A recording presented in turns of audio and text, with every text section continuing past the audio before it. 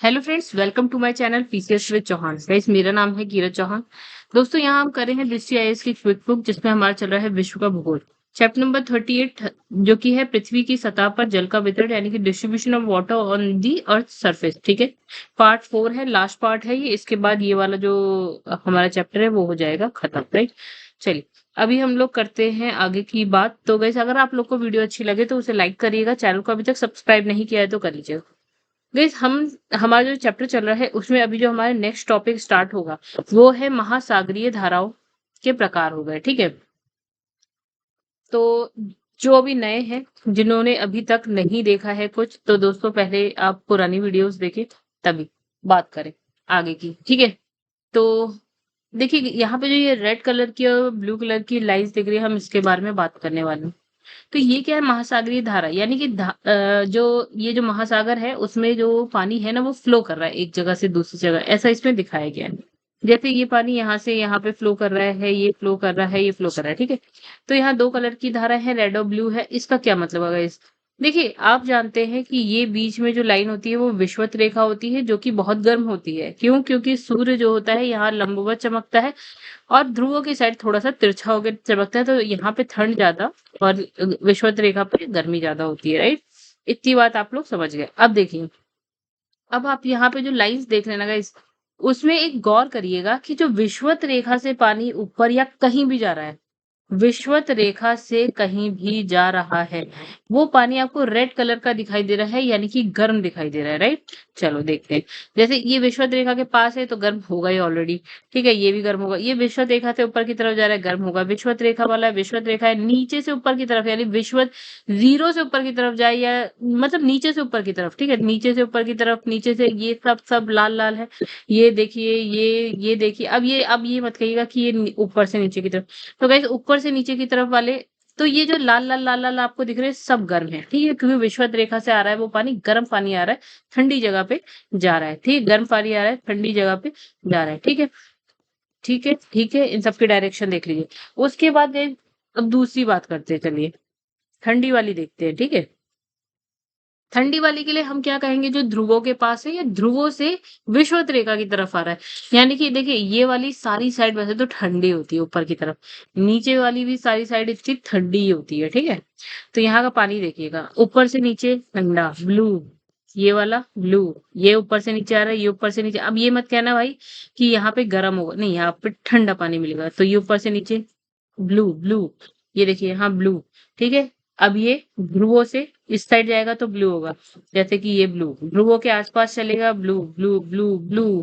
ठीक है, सब ब्लू है आसपास वाला। नीचे से ऊपर जा रहा है ब्लू, मतलब ध्रुवों से विषुवत रेखा की तरफ जा रहा है ब्लू, ध्रुवों से ऊपर जा रहा है, ध्रुवों से ऊपर की तरफ जा रहा है, सब ब्लू है। ठीक है गाइस, अब आप लोग समझ गए होंगे कि विषुवत रेखा के आसपास या यहाँ से जो ध्रुवों की तरफ या ऊपर की तरफ पानी जा रहा है वो रेड होगा, जो ध्रुवों से विषुवत रेखा की तरफ आ रहा है वो ब्लू कलर का होगा। राइट, यानी कि ब्लू कलर यानी कि ठंडा पानी, रेड यानी कि गर्म पानी। वो इतनी सी बात समझानी थी। अभी हम बढ़ते हैं आगे, तो हम महासागरीय धाराओं के प्रकार की बात करेंगे। तो भाई यहाँ पे क्या लिखा है, महासागरीय धाराओं के तापमान के आधार पे हमने इसे दो भागों में, दो जलधाराओं में वर्गीकृत किया है। एक होगी गर्म जलधारा, एक होगी हमारी ठंडी जलधारा। अच्छा, गर्म कौन सी होगी? जो धारा है निम्न अक्षांश, मान लेते हैं विषुवत रेखा 0 डिग्री से उच्च अक्षांश, मान लेते हैं ध्रुव यानी 90 डिग्री, ठीक है, या 80 भी कह सकते हैं, 70 भी की ओर चलती हैं, उन्हें क्या होता है, जो जीरो से यानी कि विषुवत रेखा से ध्रुवों की तरफ जा रही है, गर्म गर्म जलधारा है। ठीक है, इसके जल का तापमान जो है मार्ग में आने वाले जल के तापमान से क्या होता है, अधिक होता है। ठीक है, और अतः क्या है, ये जलधारा जिन क्षेत्रों की ओर चलती है वहां का तापमान बढ़ा देती है। यानी अगर यहाँ पे थोड़ा सा ठंडा हिसाब किताब है, यहाँ से ये जलधारा जा रही है, यहाँ से होते हुए जा रही, तो यहाँ का हिसाब किताब थोड़ा सा गर्म हो जाएगा, ऐसा इसने बोला है। ठीक है, अब आगे बढ़ते हैं। तो अब है ठंडी जलधाराओं की बात करते हैं। क्या लिखा है, ठंडी जलधारा है उच्च अक्षांशों से निम्न अक्षांशों की तरफ आती है, यानी 90 डिग्री ध्रुव से 0 डिग्री विषुवत रेखा की तरफ चल रही। ये जो है ध्रुवों से विषुवत रेखा की ओर चल रही है। इसके जल का तापमान रास्ते में आने वाले जो जल के तापमान से क्या होता है, कम होता है। यानी जो ऊपर से आ रही है यहाँ का तापमान ज्यादा होगा, यहाँ से आने वाली जो जलधारा है उसका कम होगा। ठीक, अतः ये धाराएं जिन क्षेत्रों में चलती है वहां का तापमान क्या कर देती है, कम कर देती है। क्यों भाई, ये ठंडी है इसलिए। ठीक है, चलो अब इसमें प्रशांत महासागर की धारा है। हमारे पास जितने ओशन है वहां पे जैसे प्रशांत महासागर, हिंद महासागर होगा, आपका अटलांटिक ओशन होगा, यहाँ पे ये धाराएं चल रही हैं। ठीक है, तो प्रशांत महासागर की धाराएं देखिए, एक लिखा है उत्तरी प्रशांत महासागर की धारा, एक है, फिर वैसे ही दक्षिणी प्रशांत महासागर की धारा होगी। अब गई उत्तरी प्रशांत महासागर यानी कि हमने कहा अगर ये नॉर्थ अमेरिका, साउथ अमेरिका, यहाँ पे आपका रशिया वशिया है, ऑस्ट्रेलिया, तो ये पैसिफिक ओशन होता है, हम जानते हैं। ठीक है, तो नॉर्थ पैसिफिक ओशन, इन ये जो विषुवत रेखा यानी 0 डिग्री से ऊपर वाला होता है उत्तरी, ये वाला होता है उत्तरी प्रशांत महासागर। ठीक है, तो इसमें कहा उत्तरी प्रशांत महासागर की धाराओं की बात करते हैं, कौन कौन सी होती है। एक होता है उत्तरी विषुवतीय धारा हो गई। अब विषुवतीय धारा का मतलब ये विषुवत रेखा के आसपास चल रही है। ठीक है, चलो अब समझते हैं। तो उत्तरी विषुवतीय धारा चलो देख भी लेते हैं थोड़ा सा। जैसे कैसे आप ये वाली धाराएं देख रहे हैं। ठीक है, जो जो जो विषुवत रेखा के आसपास आपको चलती हुई दिख रही है, हम इसकी बात कर रहे हैं। ठीक है, तो इसमें क्या लिखा है कि उत्तरी विषुवतीय धारा का हिसाब किताब क्या है कि ये धारा पूर्व से पश्चिम की ओर चलती है। मतलब ये विषुवत रेखा में पूर्व से पश्चिम की, हमने कहा था पृथ्वी जो है पश्चिम से पूर्व की ओर घूमती है, और ये धाराएं जो है उसकी ऑपोजिट डायरेक्शन में चलती है। यानी पृथ्वी अगर ऐसे घूम रही है, धारा जो है उसकी ऑपोजिट डायरेक्शन में। पृथ्वी पश्चिम से पूर्व की तरफ, धाराएं पूर्व से पश्चिम की तरफ, पूर्व से पश्चिम की ओर महासागर के आर पार बहती है। ये धारा जैसे जैसे पश्चिम की ओर जाती है, उसके आयतन में क्या होने लगती है, वृद्धि होने लगती है। ठीक है, इसने कहा जब ये धारा पश्चिम की तरफ जैसे जैसे जाती है, उसका जो आयतन है वो क्या होने लगता है, बढ़ने लगता है। ठीक है, अब लिखा है ये धारा मध्य अमेरिका, अच्छा हम पूरे की बात नहीं कर रहे, हम पैसिफिक ओशन की बात कर रहे थे गाइस।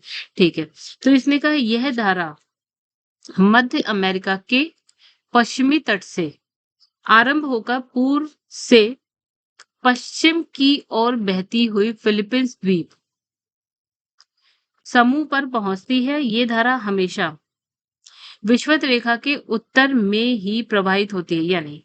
इसने कहा भाई ये धारा क्या विषुवत रेखा के नीचे की तरफ भी प्रवाहित होती है, नहीं। जो पैसिफिक ओशन वाली है, देखो यहाँ से हमने कहा ये नॉर्थ अमेरिका होता है, मान लेते ये साउथ अमेरिका है, यहाँ पे आपका एशिया हो जाता है, छोटे छोटे फिलीपींस, फिलीपींस वाले ये इंडोनेशिया, फिलीपींस यहाँ आ जाता है, और ऑस्ट्रेलिया हो जाता है। अब ये धारा कैसे बह रही है, यहाँ से शुरू होती है ऐसे ऐसे, और पूरा मतलब पृथ्वी फिर यहाँ आ जाती है, यानी कि यहाँ पे जाके फिलीपींस पे खत्म हो रही है, ऐसा ये बोल रहा है। फिर से देखें क्या, देखो ये मध्य अमेरिका से पश्चिम तट से, मध्य अमेरिका जो था हमारा, उसके पश्चिम तट से स्टार्ट होती है, घूम के फिलीपींस समूह तक पहुंचती है, हमने कहा फिलीपींस के पास तक आती है। हाँ, और क्या कहा है इसने, विषुवत रेखा के उत्तर में बह रही है ये धारा, बस। ठीक है, अब देखिए यहाँ है, एक हो गया क्यूरोशिवो धारा। तो इसमें कहानी क्या है कि उत्तरी विषुवतीय धारा फिलीपींस द्वीप के साथ ताइवान तथा जापान के तट के साथ लगते हुए उत्तर की ओर बहती है, जिसको क्यूरोशिवो धारा कहते हैं। ठीक है, मतलब इसने कहा ये धारा कैसे चल रही है, कि ये धारा कैसे चल रही है, ये कह रहा है कि हाँ फिलीपींस से, तो जो ये विषुवत वाली धारा थी, विषुवतीय वाली धारा जो फिलीपींस तक आ रही थी, अब ये ऊपर उठ जाएगी, तो यहाँ पे आ जाएगा ताइवान, फिर और ऊपर जाएगी तो यहाँ पे आ जाता है जापान। ठीक है, तो यहाँ से होती हुई जो धारा जा रही है उसको हम बोलते हैं क्यूरोशिवो धारा बोलते हैं। ये कैसी धारा होगी गाइस, विषुवत रेखा से अगर आ रही है तो गर्म होगी। कैसी है, ये गर्म है। ये उत्तरी विषुवतीय धारा का ही अग्रभाग है, यानी कि जो उत्तरी विषुवतीय धारा थी उसी का ही अग्रभाग है, आगे का भाग है। ठीक है, यानी यही वाली जो हमने अभी ऊपर वाली पढ़ी थी ना, जो हमने ये वाली पढ़ी थी, यही आगे बढ़ रही है। ठीक है, देखिए तो गाइस जैसे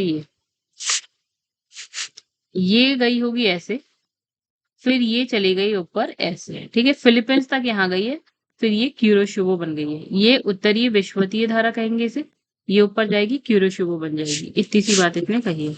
चलो अब आगे बढ़ते हैं फिर।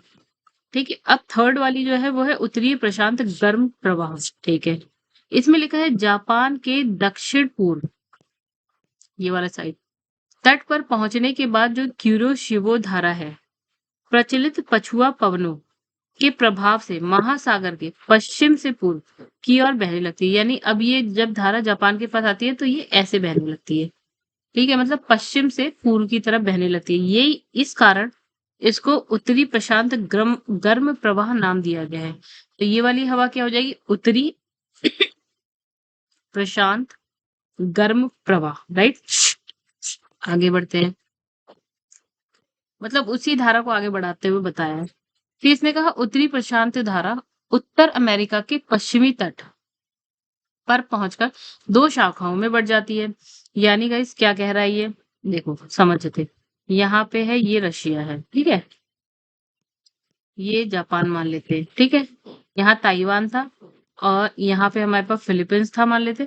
तो पहले उत्तरी विषुवतीय धारा चली पहली वाली, फिर ये ऊपर हो गई तो क्यूरोशिवो हो गई दूसरी वाली। अभी थर्ड उत्तरीय प्रशांत गर्म धारा है, ये थर्ड वाली, ठीक है, थर्ड जो हम पढ़ रहे हैं। तो गाइस इसके बाद इस साइड क्या आता है, इस साइड ऐसे करके आता है, ये इस तरह से, सॉरी ऐसा तो नहीं बनता लेकिन कुछ ऐसा ही बनता है, ठीक है, जो भी, ये बन जाता है नॉर्थ अमेरिका कॉन्टिनेंट, ठीक है, ये हो गया। तो अब ये क्या कह रहा है कि अब ये धारा कहाँ चली गई, ये चली गई और यहाँ जाके दो भागों में ये बट गई। थर्ड वाली जो है कैलिफोर्निया की धारा हो गई, एक हो गई ब्रिटिश कोलंबिया या अलास्का की धारा, ठीक है, दो भागों में बट गई है। चलो देखते हैं कहाँ है ये दो धाराएं, ठीक है, डायग्राम में देखेंगे। तो देखिएगा इस एक ये जब ऐसे करके गई नॉर्थ पैसिफिक ओशन वाली, नॉर्थ पैसिफिक जो गर्म धारा है वो गई, इसने कहा ये दो भागों में बट गई, एक तो ये बढ़ गई बट गई, एक गई ये वाली कोलंबिया वाली, आ, कोलंबिया कैलिफोर्निया सॉरी कैलिफोर्निया की धारा हो गई, एक अलास्का वाली ये चली गई, ठीक है, दो दो भागों में बढ़ गई। यहाँ पे एक्चुअल में क्या है ना, अलास्का, ठीक है, तो उसी के नाम पे इसे अलास्का बोल दिया। एक ये गई, एक ये गई और एक ऊपर चली गई, ठीक है, ऐसा। अब एक और चीज यहाँ पे देख लेते हैं कि जो नीचे गई है वो अब क्या है, ध्रुवों से नीचे की तरफ आई तो ठंडी धारा होगी गाइस। हाँ ये गर्म थी लेकिन अब यहाँ पे आते हुए आते देखिए ठंडी हो ही जाएगी, ठीक है, तो ठंडी थी ये चली गई और इसका जो ये वाला पार्ट है वो तो वैसे ही चला गया गर्म, लेकिन जब ये ऊपर से नीचे गया घूम के फिर वापस तो ठंडा है, ठीक है, इतनी सी बात। चलो आई होप समझ में आई होगी कहानी। हाँ तो कैलिफोर्निया की ब्रिटिश कोलंबिया अलास्का की गर्म धारा एक ही बात है, ठीक है, मतलब अलास्का था वहां पे तो हमने अलास्का की धारा बोल दिया या उसी को आप ब्रिटिश कोलंबिया बोल रहे, ठीक है।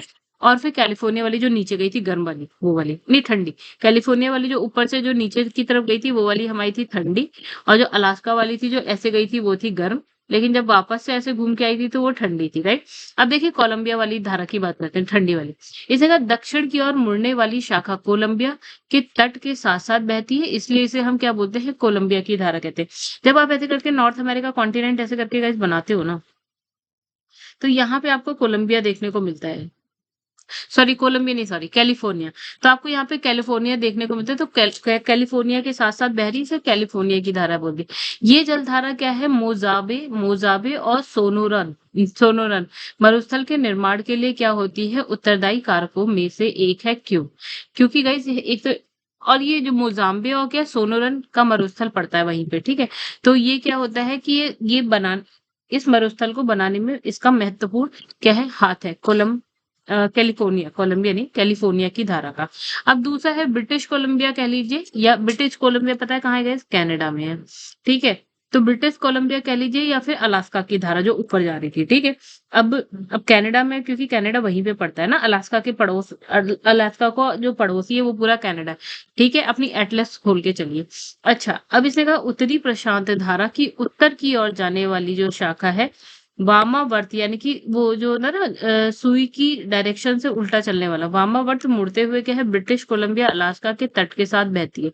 ब्रिटिश कोलंबिया आपका कहाँ, कनाडा में जाता है, ठीक है, और अलास्का तो है ही वही वहीं पे, इसलिए इसे जो है ना ब्रिटिश कोलंबिया बोल दिया या फिर अलास्का की धारा बोल दिया, ठीक है। अब इसने कहा कि यह धारा निचले अक्षांशों में आकर क्या है, उत्तर विषुवतीय धारा से मिल जाती है, ठीक है, फिर ये वापस से जब नीचे आती है तो क्या होता है, उत्तर विषुवतीय धारा से मिलती है। चलो ये कहानी अलग हो गई, मतलब ये कहानी हो गई। अब है ओया शिवो ठंडी जलधारा। ओया शिवो कहाँ है भाई, तो ये जो है बेरिंग जल डमरू से शुरू होकर कमचटका प्रायद्वीप के पूर्वी तट के समीप उत्तर से दक्षिण की ओर बहने वाली ठंडी जलधारा है, ठीक है भाई। तो भाई ओया शिवो की बात करें तो देखिए यहाँ पे देखिए डायग्राम, तो वैसे यहाँ पे ये कह रहा है कि यहाँ से जाती है वो और ये जा रही है, ये है ओयाशियो। ठीक है, चलिए। उसके बाद अगर हम नेक्स्ट बात करेंगे, ये है ओखोत्सक। ठीक है, ये कहाँ है ये देख लेते हैं पहले। तो इसी डायग्राम में देखते हैं। एक तो इसमें अच्छे से दिखाया नहीं सबसे पहली बार। चलो कोई बात नहीं, हम लोग यहाँ देख लेते हैं कहीं पे। ओखोत्सक, ठीक है, इसमें भी नहीं दिखा रहा है ये तो वैसे कहाँ दिखा रहा है फिर? कहीं नहीं दिखा रहा। तो हम लोग पहुंचते हैं अपने ही यहाँ पे। ठीक है, तो ये देखिए आप। उम, उम, उम, उम, उम, कमाल ही हो गई। तो वैसे सॉरी, आप लोग का टाइम वेस्ट हो रहा है, लेकिन मैं सोचती हूँ कि आपको अच्छे से, चलिए कोई बात नहीं, इसी में देख लेंगे आप। तो हमने कहा उपोत्सक। ठीक है, उपोत्सक। हाँ ये। तो गैस यहाँ पे ये ना ऐसे चल रही है ये यहाँ पे। ठीक है, और ये कैसी है, ब्लू लाइन में है, यानी कि ठंडी। हाँ, होया शियो की अगर हम बात करें तो ये भी ठंडी है, क्योंकि ब्लू लाइन दिख रही है आपको, तो ये भी क्या है, ठंडी है। ठीक है, चलो अभी हम लोग आगे बढ़ते हैं। तो आगे हम बात करेंगे ओखोत्सक की, बात करेंगे। थोड़ा सा प्रोनाउंस करने में हो सकता है मैं गलत हो रही हूँ, या फिर हाँ देखिए एक चीज और, ये ओहोत्सक भी हो सकता है और ठंडी है, ये हमने देख लिया ब्लू लाइन से है, क्यूराइल भी बोलते हैं इसको। ठीक है, अब इसमें ये ओहोत्सक सागर वहीं पे है, आपको वो सागर मिलेगा देखने को, एटलस में देखिएगा तो ये ओहोत्सक सागर से शुरू होकर क्या होती है, सखालीन द्वीप। वहीं पे आपको सखालीन द्वीप भी दिखेगा, जापान के पड़ोस में। ठीक है, के पूर्वी तट के साथ बहती हुई जापान के होक्काइडो द्वीप के पास क्या है, ओयाशिबो धारा के साथ क्या होती है, ये मिल जाती है। ठीक है, तो कहानी ये कुछ ऐसा कह रहा है कि मतलब इस तरह से चलेगी और यहाँ से ओयाशिबो है, दोनों आके एक साथ मिल जाएंगी जापान के पड़ोस में। ठीक है गाइस, चलो अभी हम बढ़ते हैं और आगे। तो ये हो गई हमारी सारी वाली वो पैसिफिक ओशन में हमने बात कर ली। अब यहाँ है उत्तर प्रशांत महासागर की बात करी थी अभी हमने, हम बात करने जा रहे हैं दक्षिण प्रशांत महासागर की। ठीक है, तो एक तो यहाँ पे क्या हो गया, दक्षिणी विषुवतीय गर्म धारा हो गई। जैसे उत्तर में था उत्तरी विषुवतीय गर्म धारा, वैसे ही दक्षिण में भी है। तो उत्तर वाली कहाँ से कैसे बह रही थी, इस तरह से बह रही थी। पैसिफिक ओशन में हम बात करें थे, प्रशांत महासागर में भी। ठीक है, तो ये कैसे बह रही थी, पूर्व से पश्चिम की ओर। तो ये वाली भी कैसे बहेगी, पूर्व से पश्चिम की ओर बहेगी। अब देखो ये कैसे बह रही है भाई। तो देखिए ये आपका, मान लेते हैं यहाँ है हमारा, ये रशिया है, फिलीपींस, फिलीपींस वाला एरिया है, यहाँ ऑस्ट्रेलिया है। ठीक है, और यहाँ पे है यहाँ है नॉर्थ अमेरिका, यहाँ है, ये है नॉर्थ अमेरिका, ये है साउथ अमेरिका। ठीक है, अब ये क्या है, ये पूर्व में मध्य अमेरिका के तट से पश्चिम में ऑस्ट्रेलिया के पूर्वी तट पर मिलती है। यानी ये मध्य अमेरिका से चलेगी ऑस्ट्रेलिया के पूर्वी तट, ये ऑस्ट्रेलिया है हमारा। ठीक है, तो ऑस्ट्रेलिया के पूर्वी तट पे ऐसे जाएगी। ठीक है, पूर्वी ऑस्ट्रेलियाई गर्म, ये ऑस्ट्रेलिया है दिख रहा है आप लोग को, और ये पैसिफिक ओशन है। तो हम सिर्फ और सिर्फ पैसिफिक ओशन की ही बात कर रहे हैं। तो पूर्वी ऑस्ट्रेलियाई गर्म धारा की बात करें तो ये पृथ्वी के घूर्णन के कारण उत्पन्न क्या पृथ्वी जब अपने अक्ष पे घूमती है तो कोरियोलिस बल उत्पन्न होता है, जिसके प्रभाव से क्या होता है, दक्षिण की ओर ये जो है मुड़ जाती है। ठीक है, और ऑस्ट्रेलिया के पूर्वी तट के साथ साथ बहने लगती है। ये आपको यहाँ ऑस्ट्रेलिया दिख रहा है, तो इसने कहा जो ये ऑस्ट्रेलिया है, तो ये धारा क्या है, ऐसे चलती चलते चलते ऐसे करके दक्षिण की तरफ मुड़ती है, ऑस्ट्रेलिया के तट के साथ नीचे की तरफ जा रही है ये। ठीक है, फिर उसके बाद दक्षिणी प्रशांत जलधारा की बात करेंगे।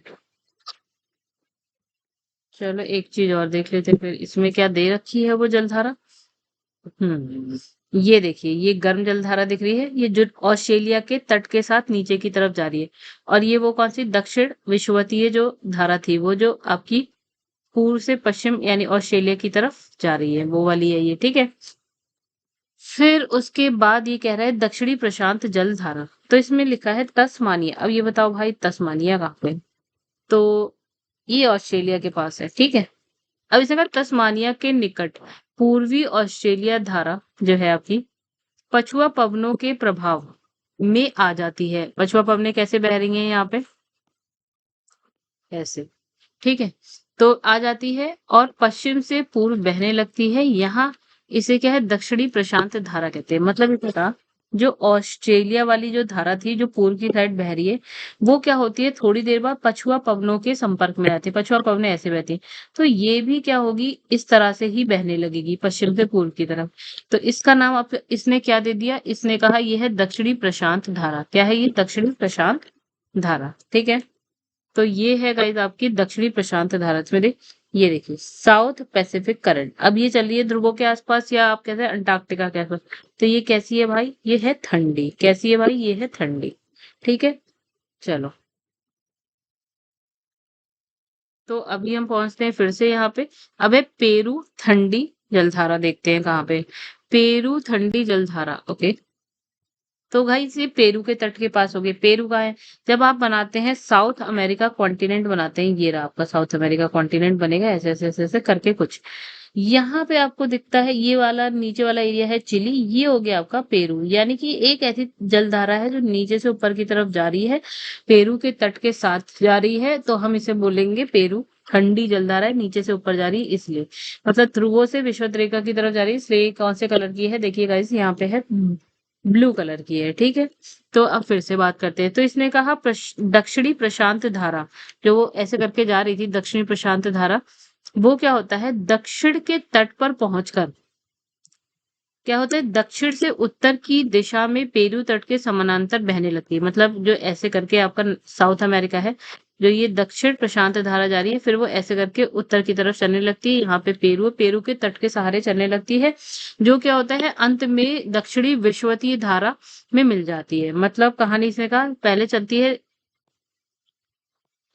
ऐसे करके बनता है आपका नॉर्थ साउथ अमेरिका। ठीक है, यहाँ पे आपका होता है गाइस ऑस्ट्रेलिया है मान लो। ठीक है, सबसे पहले यहाँ से एक धारा ऐसे चलती है जिसको हम बोलते हैं, क्या बोलते हैं, दक्षिण सॉरी विषुवतीय धारा, दक्षिण विषुवतीय धारा।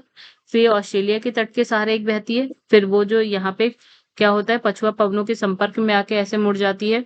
ठीक है, फिर उसके बाद ये पेरू वाली धारा ऐसे जा रही है, और पेरू वाली धारा जाके यहाँ पे दक्षिण विषुवतीय धारा से आके मिल जाती है। ठीक है, तो इसने कहा ये जो है जलधारा आटाकामा मरुस्थल के निर्माण के उत्तरदायी कारकों में एक है। पेरू वाली जो धारा है, यहाँ पे आपका एक मरुस्थल मिलेगा आटाकामा। ठीक है, ठंडा मरुस्थल है, बिकॉज ऑफ दिस ठंडी धारा ये एक मरुस्थल बना है। ठीक है, देखिए गर्म धारा होती है तो वो क्या होती है, जब गर्म धारा है सपोज, तो गर्म धारा में क्या होता है वाष्पीकरण होता है, राइट। गर्म धारा में क्या होगा, वाष्पीकरण होगा, वाष्पीकरण नहीं वाष्प बढ़ जाएगी, फिर जल के रूप में बदलेगी और वर्षा हो जाएगी। बट ठंडी धारा में ऐसा कुछ देखने को नहीं मिलता है, इस वजह से क्या बन जाते हैं गाइज यहाँ पे मरुस्थल। तो पेरू तट के आसपास आपको एक मरुस्थल देखने को मिलेगा आटाकामा मरुस्थल, इसी वजह से है क्योंकि यहाँ पे ठंडी जलधारा चल रही है। अब है प्रति विषुवतीय जलधारा। अब गाइस प्रति विषुवतीय का मतलब, विषुवतीय जलधारा कौन सी होती है, जो विषुवत रेखा में पूर्व से पश्चिम की तरफ इस तरह से चल रही है, पूर्व से पश्चिम की तरफ। प्रति विषुवत का होगी जो इसके जस्ट अपोजिट विषुवत रेखा के पास ही चली, लेकिन पश्चिम से पूर्व की तरफ चल रही है।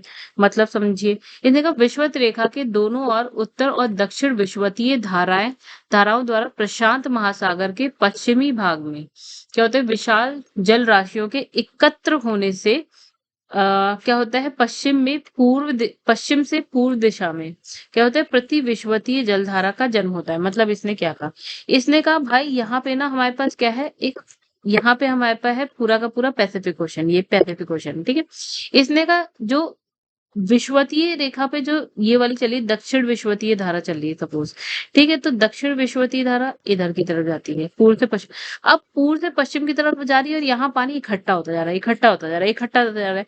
ठीक है, तो पानी का लेवल थोड़ा सा बढ़ जाएगा। अब क्या होगा, जब भाई जब पानी इस तरह से दिखेगा, यानी यहाँ पानी ज्यादा, यहाँ पानी कम, यहाँ ज्यादा दिखेगा, यहाँ पे कम दिखेगा, तो ऑब्वियस ही बात है भाई, इसे अपना लेवल को बराबर करना है तो पानी थोड़ा तो इधर खिसकेगा ही, है ना। तो जब पानी खिसकता है उल्टी दिशा में जब आ जाता है, जब यहाँ पानी ज्यादा हो जाएगा तो उल्टी दिशा में चलेगा। तो ये हो गई आपकी प्रति विषुवतीय जलधारा बोलते हैं इसे। ठीक है, चलिए अब आ जाते हैं यहाँ पे एल नीनो ला नीनो पढ़ेंगे क्या। ठीक है, अब एल नीनो और ला नीनो क्या है। तो गैस यहाँ पे देखिए एल नीनो और ला नीनो एक क्या है, मौसमी परिघटना है। क्या है भाई, तो ये है एक मौसमी परिघटना। एल नीनो की उत्पत्ति का संबंध पूर्वी प्रशांत महासागर के जल के तापमान में वृद्धि और ला नीनो का संबंध पश्चिमी प्रशांत महासागर के जल के तापमान में वृद्धि से।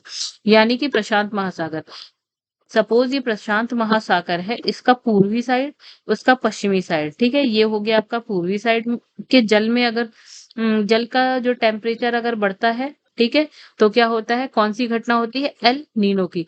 जब पश्चिमी साइड के प्रशांत महासागर में जल का तापमान बढ़ता है तो क्या होता है, ला नीनो आता है।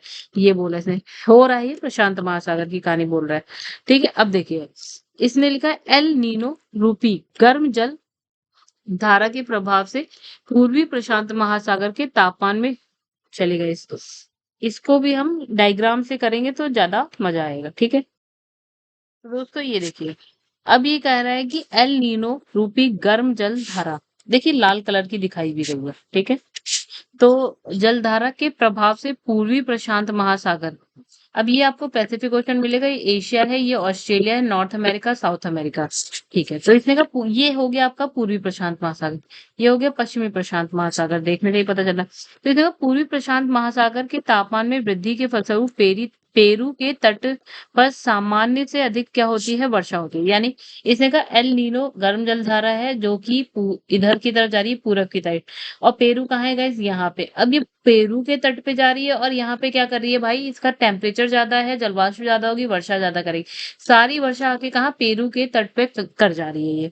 ठीक है, तो जिससे क्या होता है, सागर तटीय भाग जो है हरे भरे रूप में जो है परिवर्तित हो जाती है, यानी यहाँ पे क्या अच्छा खासा हरा भरा हिसाब किताब आपको देखने को मिलेगा। ठीक है, अब इसका समुद्री पारिस्थितिकी तंत्र पर एल नीनो का विपरीत प्रभाव पड़ता है, जिससे क्या होता है, अब इसका जो है ना समुद्र के पारिस्थितिकी तंत्र पर विपरीत प्रभाव पड़ता है, जिससे क्या होता है, मछलियां हो गई समुद्र में रहती है, प्लैंकटन हो गए या अन्य समुद्री जीव जंतु मरने लगते हैं। मतलब सपोज यहाँ पे कोई मछली रह रही है जिसको कितने टेम्परेचर की आदत है, हमने कहा 20 डिग्री सेल्सियस की आदत है। एल नीनो की वजह से ये टेम्परेचर क्या हो गया, बढ़ के 23 डिग्री सेल्सियस हो गया। अब यहाँ की मछलियां इतनी गर्मी झेल नहीं पा रही है, ठीक है, मरेंगी। यहाँ के जो प्लैंकटन्स है, यानी कि जो क्या पौधे वौधे होते हैं वो मरेंगे, जीव जंतु मरेंगे। एल नीनो के प्रभाव से पूर्वी प्रशांत महासागर क्षेत्र में क्या है, अतिवृष्टि, और क्या है, पश्चिमी प्रशांत महासागर के क्षेत्र में क्या होता है, सूखा पड़ता है। मतलब इसने ये बोला भाई यहाँ पे तो ये बारिश कर रहा है पूरब साइड में, लेकिन पश्चिम साइड में यहाँ पे क्या हो रहा है, सूखा देखने को मिल रहा है, क्यों, बारिश तो यहाँ कर रहा है, किसकी धारा की जो डायरेक्शन ये है। ठीक है, अब इसका प्रतिकूल प्रभाव दक्षिण पूर्वी एशिया, अब इसका प्रतिकूल प्रभाव कहाँ पड़ रहा है भाई, दक्षिण पूर्वी एशिया, यानी ये वाली साइड पे। तो दक्षिण यही होती है दक्षिण पूर्वी एशिया। ठीक है, तो यहाँ पे पड़ रहा है, और दक्षिण पूर्वी एशिया के मानसून पर भी पड़ता है। यानी इसने कहा कि भाई यहाँ पे अगर मानसून जून, मान लेते हैं हम एक डेट मान लेते हैं कि 20 जून को आने वाला है, ठीक है। अब अगर एल नीनो की घटना होती है तो ये 20 जून को ना आके हो सकता है 30 जून को आए, यानी कि वो उसके मौसम का डेट, मतलब जो वर्षा वर्षा आने वाली है वो आगे पीछे हो जाए। ऐसा एल नीनो की वजह से ऐसा होता है। कहाँ की बात कर रहा है ये, नॉर्थ ईस्ट साउथ, मतलब साउथ ईस्ट एशिया की बात करें। इसका प्रतिकूल प्रभाव यहाँ के मानसून पे देखने को मिलता है, जिसमें कौन कौन आता है, इंडोनेशिया आ गया। ठीक है, इंडोनेशिया, भारत पे भी वही मानसून चलता है जो इंडोनेशिया पे चलता है, बांग्लादेश भी वहीं पे आ जाता है। तो यहाँ पे सूखे की स्थिति हो सकती है, यानी कि हमने कहा भारत में 15 जून को बारिश आनी चाहिए थी, लेकिन यहाँ एल नीनो की वजह से वो जो है डेट शिफ्ट हो गई और 25 जून को बारिश आई, यानी 10 दिन का गैप आ गया यहाँ पे। ठीक है, इतनी बात समझ गए आप, आगे बढ़ते हैं।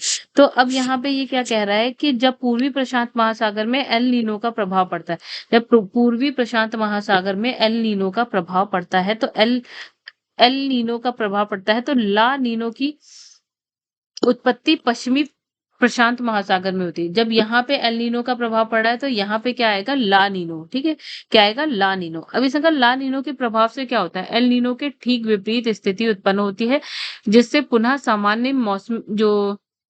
सामान्य मौसमी दशाओं का जन्म होता है। ठीक है, अब इसने कहा, इससे जस्ट इसने क्या करा भाई, मौसम जो भी टाइमिंग थी या मौसमी दशाएं, उसको थोड़ा सा गड़बड़ा दिया।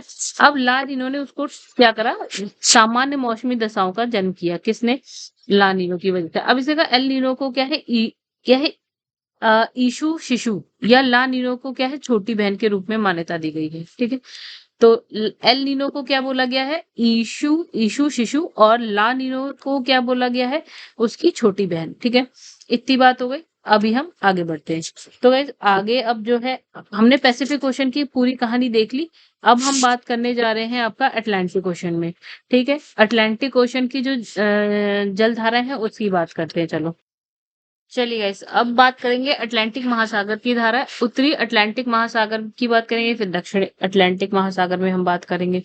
तो देखिए गाइस, यहाँ पे आपका आ जाएगा 0 डिग्री, यानी कि ये हो गया आपका पूरा बीच वाला अटलांटिक ओशन। एक बात। दूसरी बात करते हैं तो ये आता है यहाँ पे नॉर्थ अमेरिका, यहाँ है आपका साउथ अमेरिका, यहाँ है यूरोप, और ये आपका है अफ्रीका। ठीक है, कितने, ये क्या है आपका अफ्रीका है, यहाँ पे यूरोप। ठीक है, इसके बीच में है Atlantic ocean. Atlantic ocean 0 degree के ऊपर अगर हम बात करें तो ये हो गया उत्तरी अटलांटिक ओशन, ये हो गया दक्षिणी अटलांटिक ओशन। ठीक है, इतनी बात समझ में आ गई। तो उत्तरी अटलांटिक ओशन की अभी हम बात करेंगे, ऊपर वाले की हम बात करेंगे। ठीक है, तो इसमें सबसे पहले का उत्तरी विषुवतीय गर्म जलधारा, यानी कि ये विषुवत रेखा पर चलेगी और कैसे चलेगी, पूर्व से पश्चिम की तरफ चलेगी। तो यानी कि ये कौन सी हो गई, ये है नॉर्थ इक्वेटोरियल करंट हो गए। करंट मतलब सी मतलब हो गया करंट, करंट का मतलब होता है धारा, जलधारा। ठीक है, तो इसने कहा ये विषुवत रेखा के समीप उत्तर में सनमार्गी पवनों के प्रभाव से पूर्व में अफ्रीका के तट से पश्चिम द्वीप समूह तक जाती है। तो इसने कहा ये अफ्रीका है। ठीक है, तो ये अफ्रीका के तट से चली और यहाँ पे द्वीप समूह होते हैं बहुत सारे पश्चिम में, वहां तक जा रही है ये। इतनी सी बात। फिर आपका आता है एंटीलीज गर्म जल। हाँ, अब रेड और ब्लू आप लोग देख लीजिएगा, तो ये वाली जो पहली वाली थी वो तो गर्म थी। अब एंटीलीज की बात करते हैं, तो एंटीलीज कैसी है गाइस, ये गर्म है। एंटीलीज गर्म जलधारा कहाँ पे लिखा है, एंटीलीज अटलांटिक है। एंटीलीज एंटीलीज कहीं दिखाई तो नहीं दे रही यार, चलो दिखी जाएगी। चलो, इसने कहा दक्षिण अमेरिका। दक्षिण अमेरिका कौन सा है कॉन्टिनेंट, ये रहा आपका दक्षिण अमेरिका। इसका कलर चेंज किया, blue colour, okay, no, black, okay. चलिए, अब इसने क्या बोला यहाँ पे एंटीलीज की, तो दक्षिण अमेरिका के पूर्वी तट, दक्षिण अमेरिका ये हो गया आपका, इसका पूर्वी तट यही होगा।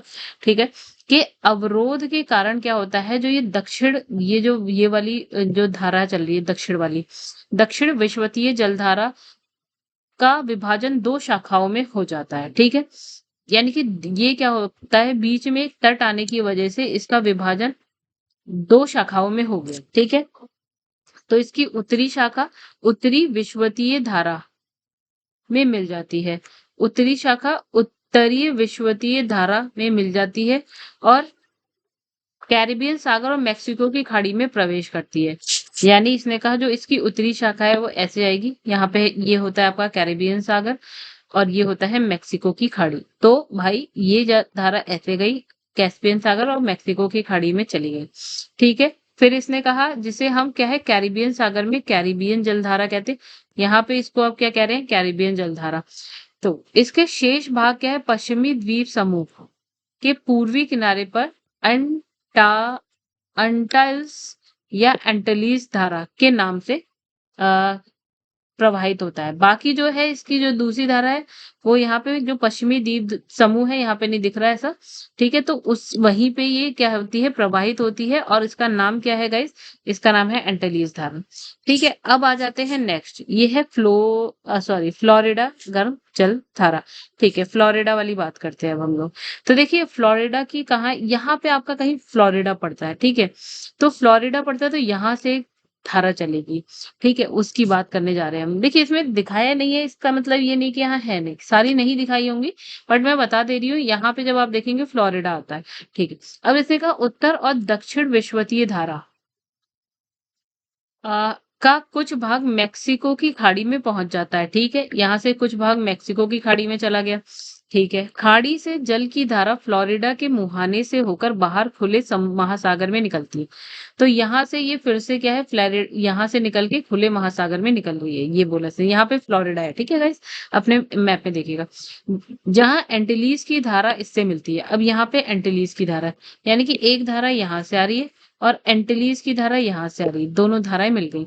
ठीक है, अब इसे का फ्लोरिडा अंतरीप से एक सम्मिलित धारा संयुक्त राज्य अमेरिका के दक्षिण पूर्वी तट पे बहने लगती है। यानी कि अब इन दोनों के मिलने से एक संयुक्त धारा ये दक्षिण पूर्वी अमेरिका के तट पे ऐसे बह रही है। ठीक है, अब इसे जो है हैट्रस अंतरीप तक फ्लोरिडा धारा कहते हैं। अब इस ये जो बह रही है, यहाँ पे एक अंतरीप है, हेट्रस अंतरीप, इसी को हम, इस धारा को जो ये ऐसे बहेगी उसको हम बोलेंगे फ्लोरिडा की धारा।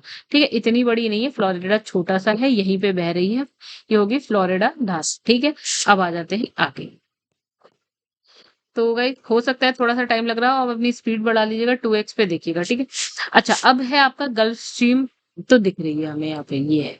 अब इसने कहा कि हेट्रस अंतरीप से आगे क्या होता है, ग्रैंड बैंक। यहीं पे आपको ना छोटे छोटे ऐसे द्वीप होते हैं, तो यहीं पे एक ग्रैंड बैंक होगा। ठीक है, ग्रैंड बैंक तक फ्लोरिडा धारा को गल्फ स्ट्रीम धारा कहते हैं। यहाँ पे क्या है, ग्रैंड बैंक तक जो धारा बह रही है, फ्लोरिडा धारा, उसको गल्फ स्ट्रीम।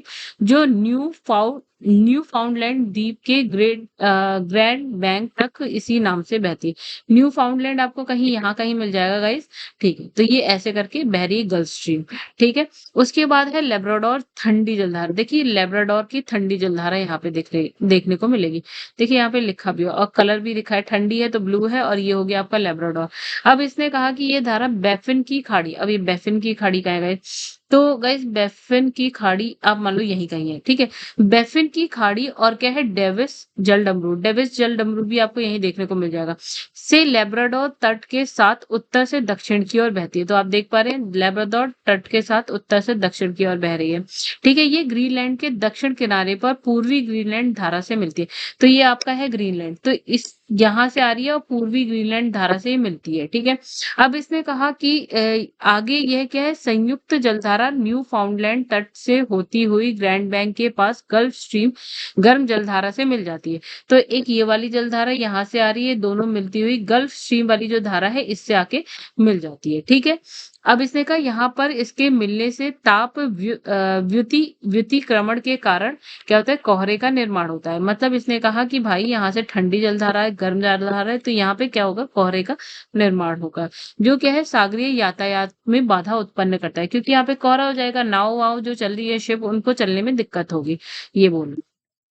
ठीक है, अब देखो लेब्राडोर ठंडी धारा और जो है गल्फ स्ट्रीम की जो गर्म जलधारा है के मध्य यह है उत्प्लावन अपवेलिंग के कारण क्या होता है, प्लैंकटन की संख्या में वृद्धि होती है, जिससे मछलियों को पर्याप्त आहार की प्राप्ति होती है। तो अब यहाँ पे जब ठंडी जलधारा, यहाँ पे गर्म जलधारा, तो यहाँ पे होती है अपवेलिंग।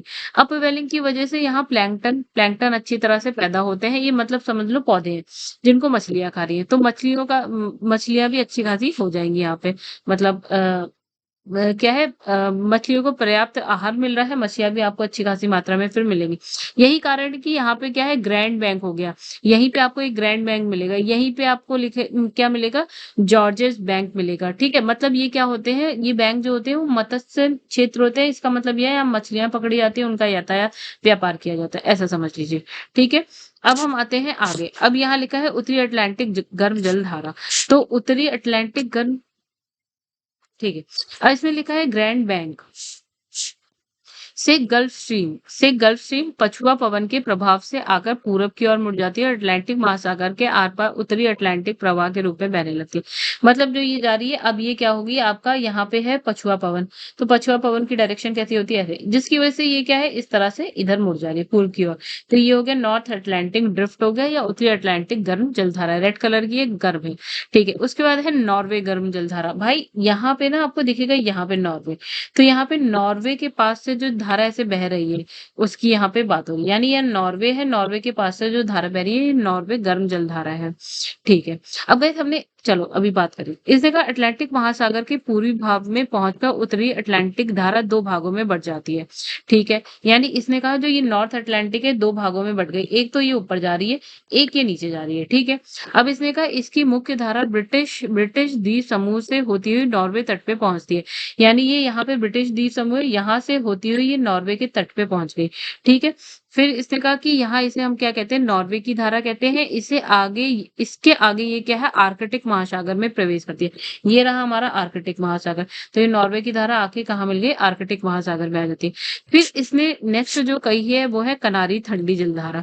ठीक है, कनारी ठंडी जलधारा जो ये आपकी नॉर्थ अटलांटिक ड्रिफ्ट वाली है, ये जलधारा है, ये 2 भागों में बटी थी। एक नॉर्वे वाली थी, एक नीचे जो जा रही है वो कनारी है। जो नीचे जा रही है वो ठंडी है, राइट?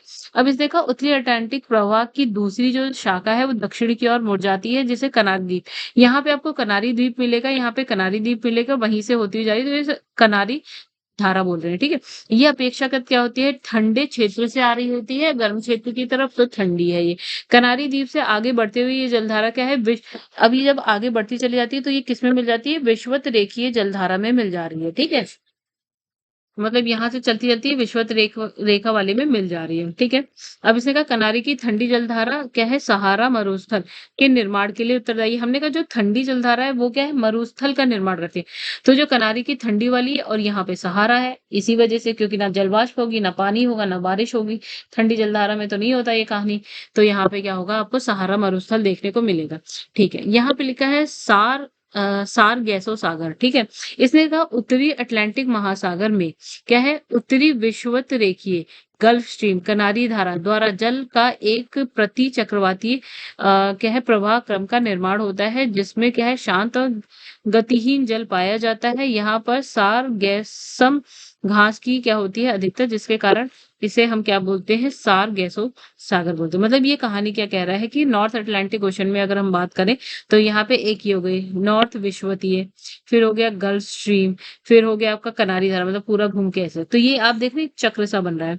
तो ये प्रति चक्रवातीय प्रवाह क्रम इसका निर्माण कर रहा है, ठीक है?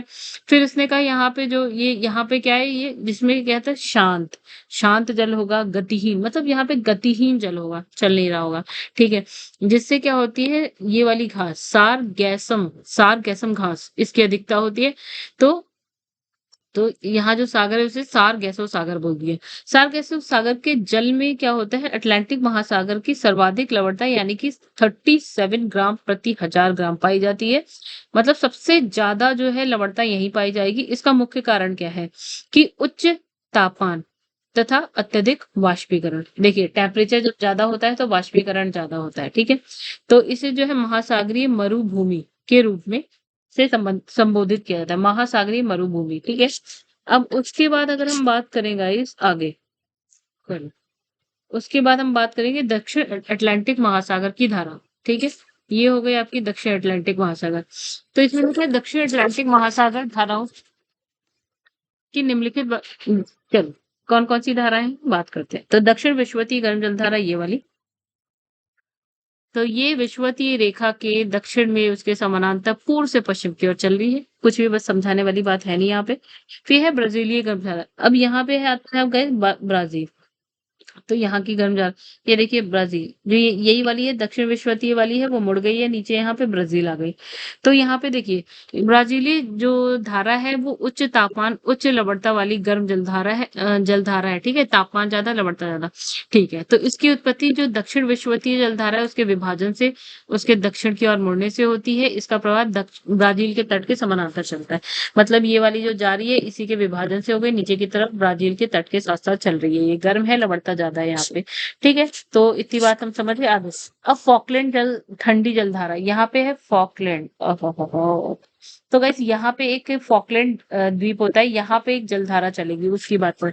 तो इसमें का तीव्रगामी पछुआ पवन। अब नीचे की तरफ जो पछुआ पवनें चली उनकी डायरेक्शन क्या होती है? ऐसी, यानी पश्चिम से पूर्व की तरफ ये होगी। इसको समझिए। इसने कहा कि तीव्रगामी पछुआ पवनों के प्रभाव से जो ब्राजील धारा है वो फॉकलैंड धारा का संयुक्त जल पश्चिम से पूर्व की ओर बहने लगता है, ठीक है? इससे क्या है? देखिए इसने कहा ब्राजील की धारा ऐसे चल रही है, फिर पछुआ पवन की डायरेक्शन क्या होती है? ऐसी होती है। तो ये धारा कुछ ऐसे करके मुड़ जाएगी यहाँ पश्चिम से पूर्व की तरफ, यही वाली की बात करें। इसे दक्षिण अटलांटिक प्रवाह साउथ अटलांटिक, ठीक है? दक्षिण अटलांटिक प्रवाह पछुआ पवन प्रवाह फिर है अंटार्कटिका प्रवाह आदि नामों से जाना जाता है। तो ये एक ऐसे जा रही है, ठीक है? ऐसे मुड़ जाएगी। फॉकलैंड भी बोल रहे हैं सिर्फ दक्षिणी अटलांटिक प्रवाह पछुआ पवन प्रवाह, क्योंकि पछुआ पवन की वजह से उसकी डायरेक्शन पश्चिम से पूर्व हुई, या अंटार्कटिका, ये आपको पूरा अंटार्कटिका दिख रहा है तो इसके नाम से भी जाना जा रहा है इसे, ठीक है? फिर उसके बाद है बेंगुला धारा, ये दिख रही होगी आपको। मतलब अब फिर से देखते हैं। तो सबसे पहले हमने कौन सी देखी थी गाइस? ये वाली दक्षिण इक्वेटोरियल यानी कि आपका विषुवत रेखीय, फिर आगे ब्राजील, फिर फॉकलैंड आगे, फॉकलैंड के बाद ये वाली आ जाएगी सबसे लास्ट, कौन सी, बेंगुला। तो ये जो है ठंडी जलधारा है, नीचे से ऊपर की तरफ जा रही है, आपको कलर देखने को मिल ही रही होगी। ये अटलांटिक वाली भी ठंडी है, ठीक है, क्योंकि यहाँ से जो चलेगी वो ठंडी। अच्छा, ये भी ठंडी, ठीक है। अब इसने कहा कि ये जो है दक्षिण अफ्रीका के पश्चिमी तट के सहारे के उत्तर दिशा में प्रवाहित होती है। दक्षिण अफ्रीका के तट के सहारे उत्तर दिशा में जा रही है। फिर इसने कहा ये जलधारा क्या है, कालाहारी, कालाहारी मरुस्थल की उत्पत्ति का कारण। तो यहाँ पे आपको दक्षिण अफ्रीका, यहाँ पे कालाहारी मरुस्थल मिलेगा। जो क्यों हो रहा है, क्योंकि इसके साइड में क्या है, ठंडी जलधारा चल रही है। कैनारी वाली कहाँ के मरुस्थल के लिए उत्तरदायी है, तो वो है सहारा मरुस्थल के लिए। और जो पेरू वाली चल रही थी वो कहाँ के मरुस्थल के लिए उत्तरदायी थी, ठंडी वाली। देखो सब ठंडी वाले के साइड में मरुस्थल है, तो ये किसके लिए उत्तरदायी थी, अटाकामा मरुस्थल, ठीक है। तो इसकी बातें समझ में आ गई होगी आपको। आगे बढ़ते हैं। अब है हिंद महासागर की धाराएं। तो फिर अब मैप खोलना पड़ेगा हमें भाई। तो गाइस यहाँ पे आपको देखने को मिल रहा है क्या, तो यहाँ हमें देखने को मिल रहा है क्या, तो देखिए ये आपको देखने को मिलेगा अफ्रीका, माय गॉड, तो ये है आपका अफ्रीका महाद्वीप एक बात। यहाँ पे है एशिया, ठीक है, यहाँ इंडिया आपको दिख रहा है, ये पूरा का पूरा इंडियन ओशन है। यहाँ पे आपको ये अंटार्कटिक, यार चलिए, तो कहाँ थे हम लोग,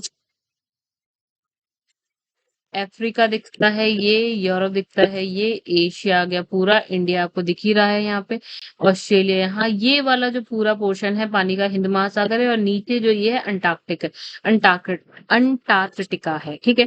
अब देखिए हिंद महासागर की हम बात करते हैं तो उत्तर पूर्वी मानसूनी धारा की बात करेंगे, तो ये थोड़ा सा बड़ा, तो उत्तर पूर्वी मानसूनी, इसने लिखा है शीत ऋतु, यानी ठंड में क्या होता है, उत्तर पूर्वी मानसूनी हवाएं स्थल से जल की ओर चलती हैं, जिस कारण उत्तरी हिंद महासागर में अंडमान और सोमालिया के मध्य क्या होता है, पश्चिम दिशा में, ठीक है, में प्रवाहित होने वाली उत्तर पूर्वी मानसून धारा का उद्भव होता है। मतलब ये कह रहा है कि जब ठंड पड़ती है तो क्या होता है कि जो हवाएं हैं वो क्या है, स्थल से जल की तरफ चलती है, ठीक है।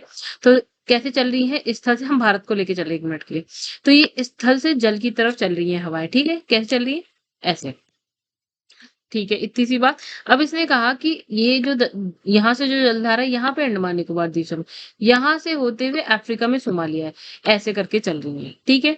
तो ये है उत्तर पूर्वी। उत्तर पूर्वी का मतलब क्या हुआ गाइस, ये हो गया आपका, अगर ऐसे कोई जलधारा चल रही है तो ये होता है उत्तर पूर्वी साइड, तो जहां से स्टार्ट होती है वहीं से वही नाम होता है, उत्तर पूर्व से चल रही है, यानी कि इसने कहा कुछ इस तरह से चल रही है सोमालिया के तट तक।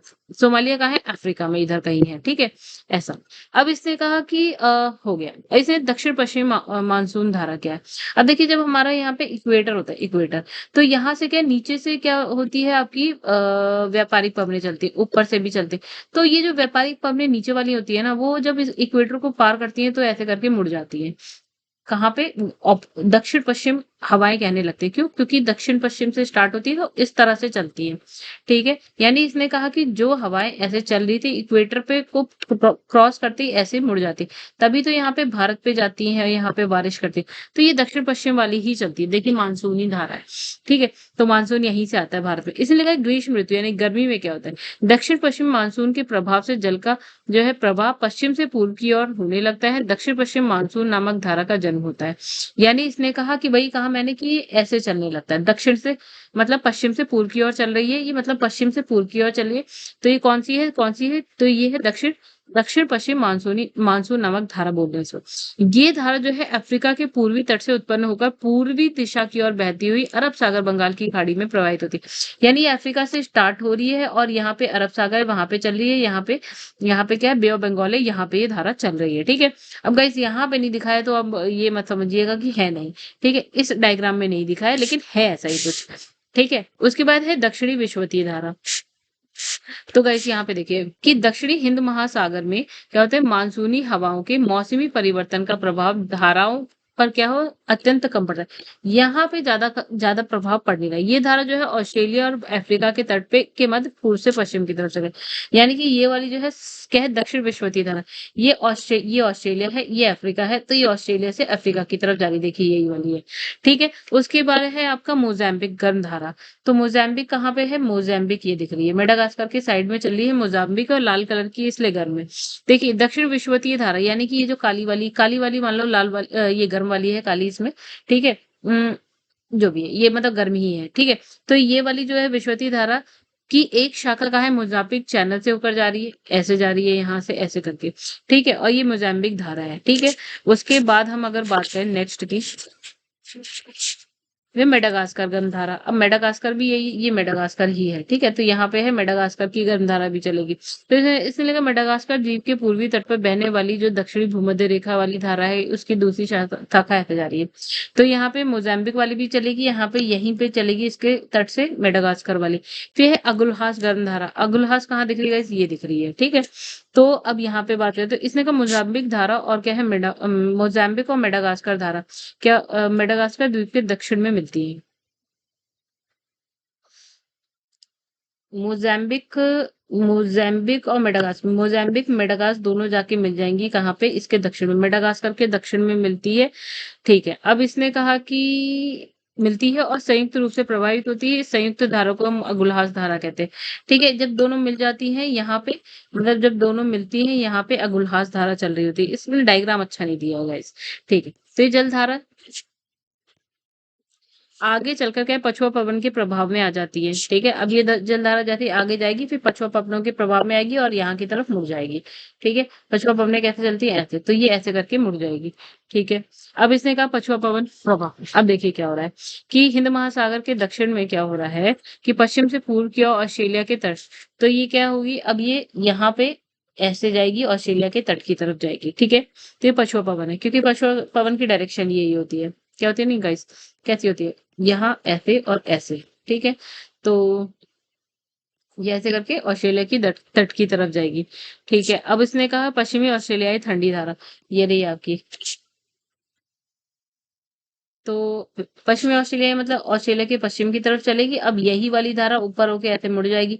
तो जब विषुवत रेखा से ऊपर की तरफ जाती है तो ये ठंडी धारा होती है, ठीक है? अब इसने कहा पछुआ पवन प्रवाह, ये पछुआ पवन प्रवाह जा रही है यहाँ पे साउथ जा रही है। ये शाखा ऑस्ट्रेलिया के दक्षिण में बहती हुई निकल जाती है और दूसरी शाखा ऑस्ट्रेलिया के पश्चिमी तट से टकरा कर क्या है उत्तर की ओर मुड़ जाती है। तो इसने कहा जो पछुआ पवन वाली है वो एक तो ऐसे चली जाएगी, एक ऊपर चली जाएगी, ठीक है? ऐसे वाली। तो ये वाली की हम बात करें जो ऊपर जा रही है, ठीक है? अब इसने कहा दूसरी शाखा को क्या है पश्चिमी ऑस्ट्रेलियाई ठंडी धारा कहते हैं। इसको क्या बोलते हैं जो ये जा रही? तो ये हो गई पश्चिमी ऑस्ट्रेलियाई ठंडी धारा हो गई। अंततः ये धारा आगे चलकर क्या है दक्षिणी भूमध्य रेखीय धारा से मिल जाती है और एंड में जाके जब ये ऊपर जाती है तो वो किससे मिल जाती है? इस वाली धारा से मिल जाती है, ठीक है? फिर उसके बाद इसने कहा कि ये धारा जो है ग्रेट ऑस्ट्रेलियन मरुस्थल के निर्माण के लिए क्या होती है? उत्तरदायी होती है।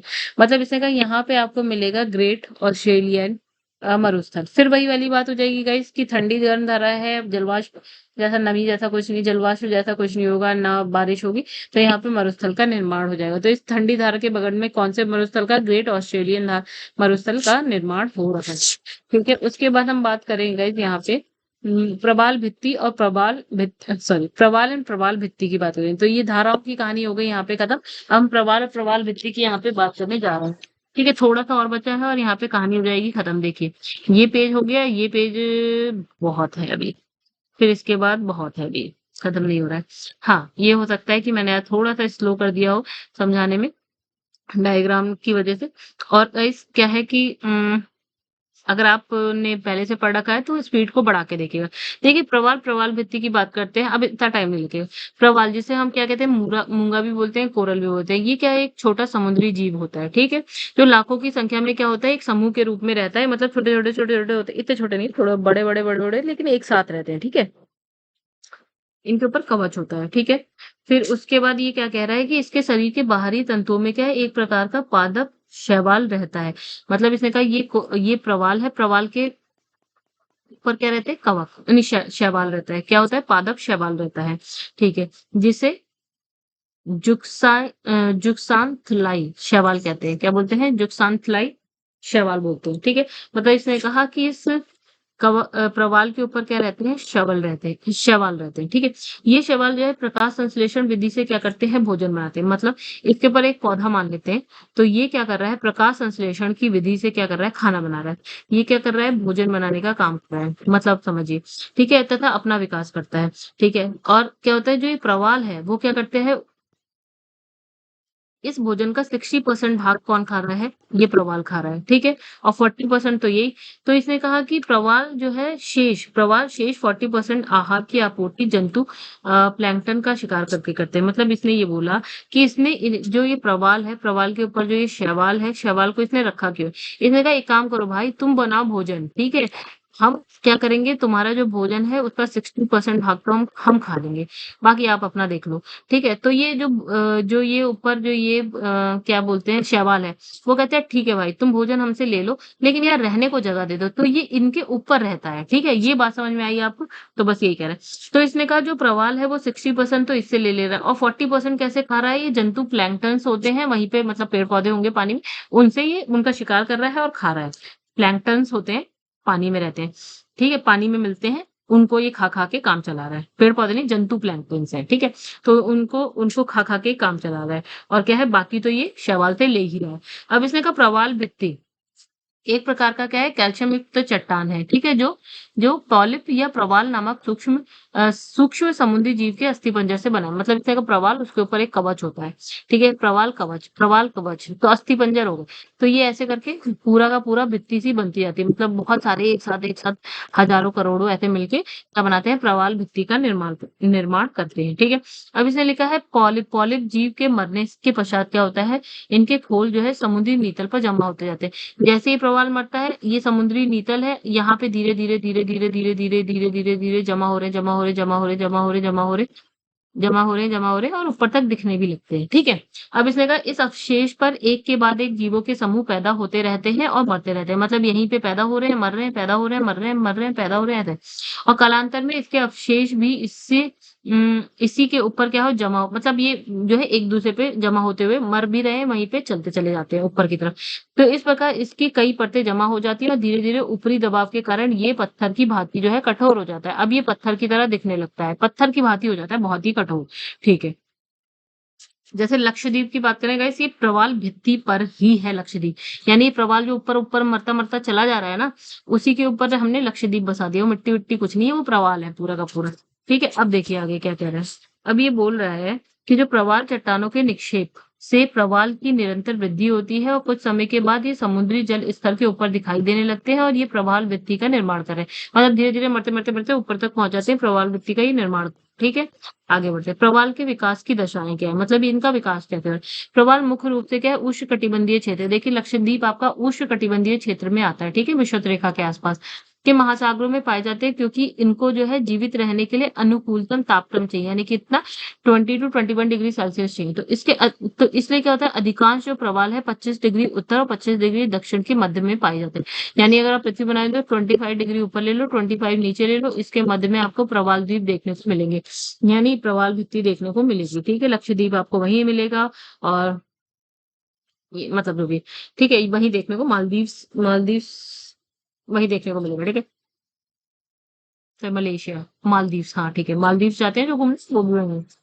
लक्षद्वीप के नीचे, ठीक है, और भी बहुत सारे।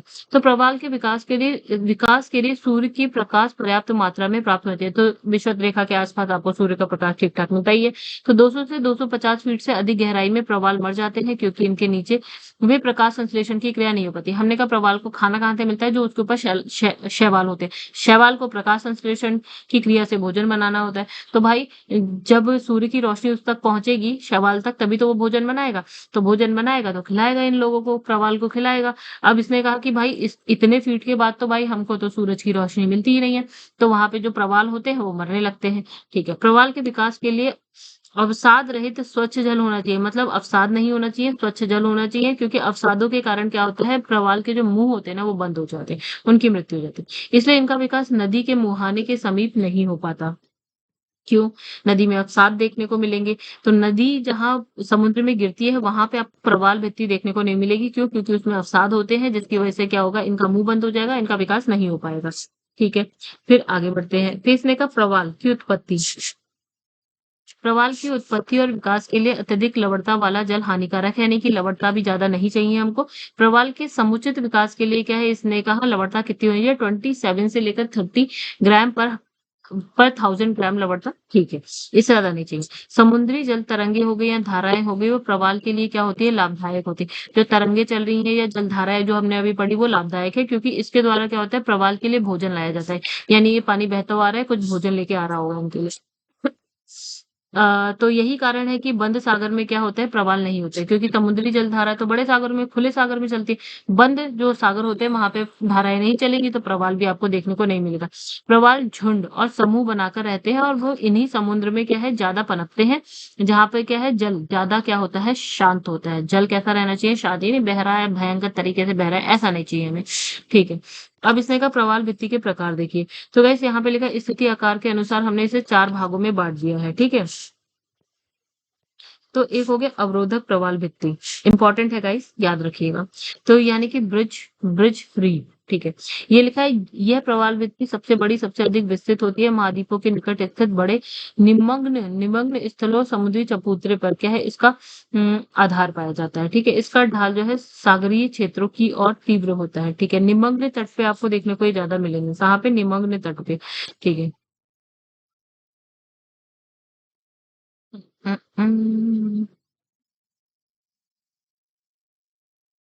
ओके, ब्रिज, चलो गैस ये देखिए, यहाँ पे बैरियर रीफ है, बैरियर रीफ की हम यहाँ पे बात कर रहे हैं, ठीक है। तो इसने कहा कि ये सबसे बड़ा, सबसे अधिक विस्तृत महाद्वीपों के निकट स्थित बड़े निमग्न स्थल और क्या, समुद्री चबूतरे पर इसका आधार पाया जाता है। मतलब ये आपका लैंड है, यानी कि ठीक है, स्थल है। यहाँ से ये जो ऐसे ही रीफ बन रहा है, बन रहा है, बन रहा है, बन रहा है, बन रहा है, इसके ऊपर उसमें मर मर के ऊपर आते जा रहे हैं, आते जा रहे हैं, ऐसे करके यहाँ पे बना, ठीक है। तो ये है बैरियर रीफ, ठीक है। तो इतनी सी बात इसने यहाँ पे कही है, ये हमारा पूरा का पूरा बन गया रीफ। अब इसने कहा इसका ढाल जो है समुद्री क्षेत्र की तरफ देखिए, आप तीव्र देखने को मिल रहा है, ठीक है। समुद्री क्षेत्र की साइड इसका ढाल देखिए कैसा देखने को मिल रहा है, तीव्र देखने को मिल रहा है, ठीक है। फिर उसके बाद इसने क्या बोला है आगे, इसका सबसे उत्तम उदाहरण कहाँ पे देखने को मिला, अच्छा इसने एग्जाम्पल भी कहाँ कहाँ आपको ये देखने को मिलेगा, तो ऑस्ट्रेलिया के उत्तर पूर्वी तट के समीप स्थित ग्रेट बैरियर रीफ देखने को मिलेगा। मतलब कैसे है, जैसे ये ऑस्ट्रेलिया है, ऑस्ट्रेलिया के इधर आपको पूरा का पूरा देखने को मिलेगा ग्रेट बैरियर रीफ, ये इसका बड़ा बहुत अच्छा क्या है, उदाहरण है। और क्या होता है, जो विश्व में सबसे बड़ी अवरोधक क्या है, प्रवाल भित्ति है, अवरोधक है, अवरोधक है, ठीक है। अब इसे कहा तटीय प्रवाल भित्ति की बात करते हैं।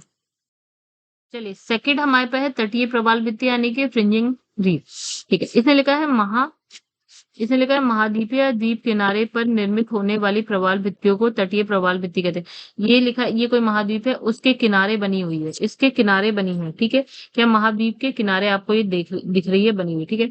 तो इसका जो है सागरवर्ती भाग, जो सागर की तरफ भाग है, खड़ा होता है, मतलब ये खड़ा है, तीव्र ढलान वाला होता है, और स्थलमुखी भाग कैसा होता है, मंद होता है। जो स्थल की तरफ है इसका भाग मंद होगा, यहाँ वाला थोड़ा सा खड़ा होगा, ठीक है। इस प्रकार की प्रवाल भित्तियों का धरातल असमतल होता है और असमान होता है। धरातल कैसा होता है इनका, असमतल, असमान, ठीक है। स्थल के मुख्य भाग और प्रवाल भित्ति के मध्य क्या है, छिछले लैगून का विकास होता है, जिससे हम बोलते हैं बोट चैनल, ठीक है। अब गाइस यहाँ पे देखिए, यहाँ पे एक चीज दिखा, छिछला लैगून जो हमने देखा था, फिलहाल तो हमने यहाँ नहीं देखा था, मैं आपको दिखा दूं।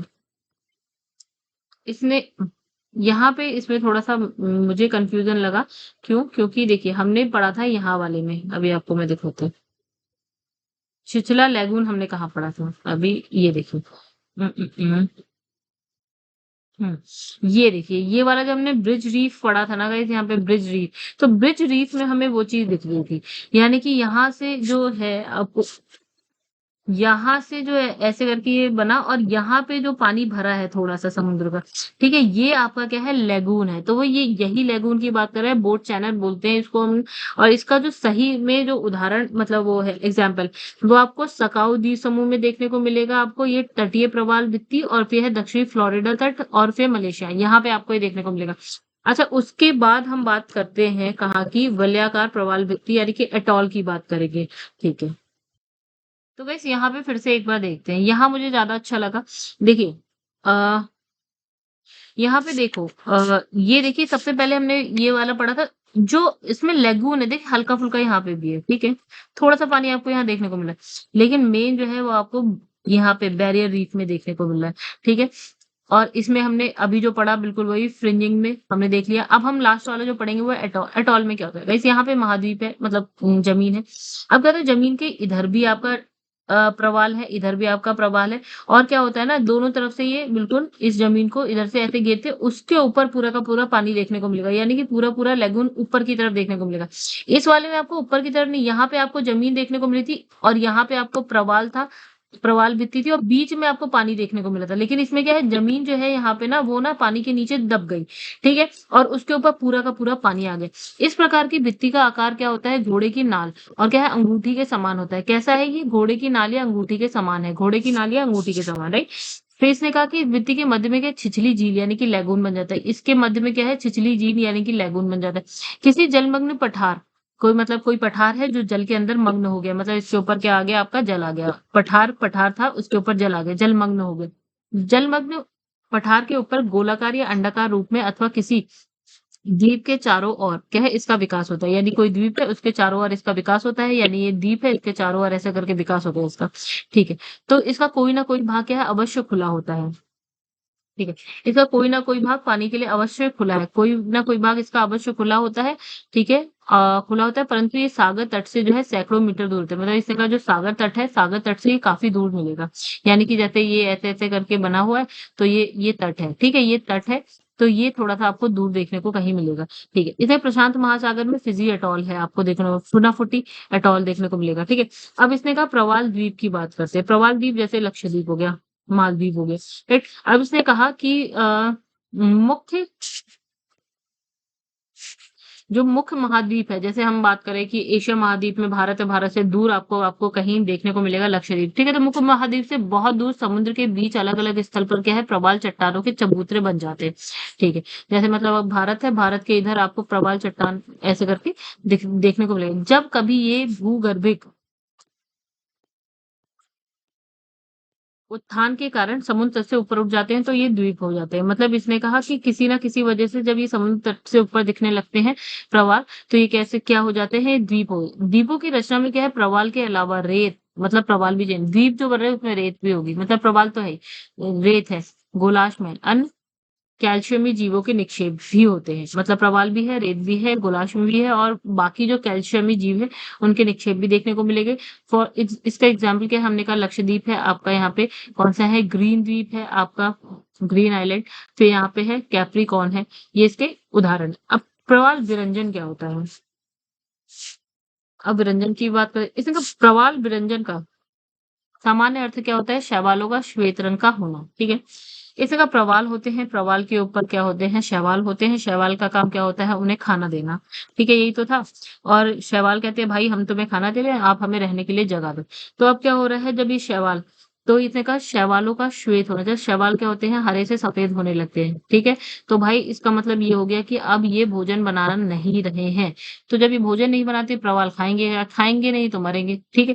तो इसने कहा कि इस प्रक्रिया ये क्या है शैवालों का क्षेत्र है। इस प्रक्रिया में क्या है प्रवाल समूह और सूक्ष्म शैवाल क्या होता है जुक्सान्थलाई के बीच क्या है संबंध टूट जाता है। क्यों भाई ये सफेद हो गए मर गए शैवाल तो ये प्रवालों को भी खत्म करने का काम करते हैं क्योंकि उन्हें भोजन नहीं मिले। जो प्रवालों को उनका क्या है अधिकतर रंग प्रदान करते हैं मतलब इसने का प्रवाल का जो भी रंग हो हमें नहीं पता सफेद रंग है सपो तो लेकिन इसके ऊपर क्या है बहुत सारे शैवाल हरे हरे हरे हरे हरे हरे रंग के होते हैं। जब शैवाल गायब हो जाएंगे तो ये वापस से कैसे दिखने लगेगा सफेद। तो इस प्रकार के शैवालों में प्रकाश संश्लेषण प्रक्रिया ना होने के कारण उन पर क्या है आश्रित प्रवाल मर जाते हैं। मतलब इसने कहा इसके ऊपर जो शैवाल है अब वो प्रकाश संश्लेषण की क्रिया कर नहीं रहे भोजन बना नहीं रहे तो ये बेचारे खाएंगे क्या खाएंगे नहीं तो मरेंगे मर रहे हैं ठीक है। उसके बाद प्रवाल विरंजन के कारण क्या है भाई ये हो क्यों रहा है। तो देखिए ये हो क्यों रहा है प्रवाल विरंजन प्रवालों की एक क्या है प्रवालों की एक सामान्यीकृत दबाव की प्रक्रिया है। इसका कारण जैविक अजैविक कारकों की संख्या हो सकती है। मतलब यह जल के तापमान में कमी हो गई या वृद्धि हो गई मतलब जितना हमें टेम्परेचर चाहिए यानी 21 से 25 के बीच में अगर चाहिए अगर ऐसा नहीं मिलता टेम्परेचर कम हो जाता है टेम्परेचर बहुत ज्यादा हो जाता है तो मरेंगे। सौर विकिरण में वृद्धि हो गई तो मरेंगे। स्वच्छ जल की ज्यादा आपूर्ति हो गई, मतलब हमें एक नॉर्मल चाहिए, उससे ज्यादा हो गया तो मरेंगे। संक्रामक रोग की अधिकता हो जाती है, जैसे कोरा प्लेग हो गया तो मरेंगे। लवणता में परिवर्तन, यानी कि जितनी लवणता चाहिए हमें उससे ज्यादा या कम मिल जाती है तो मरेंगे।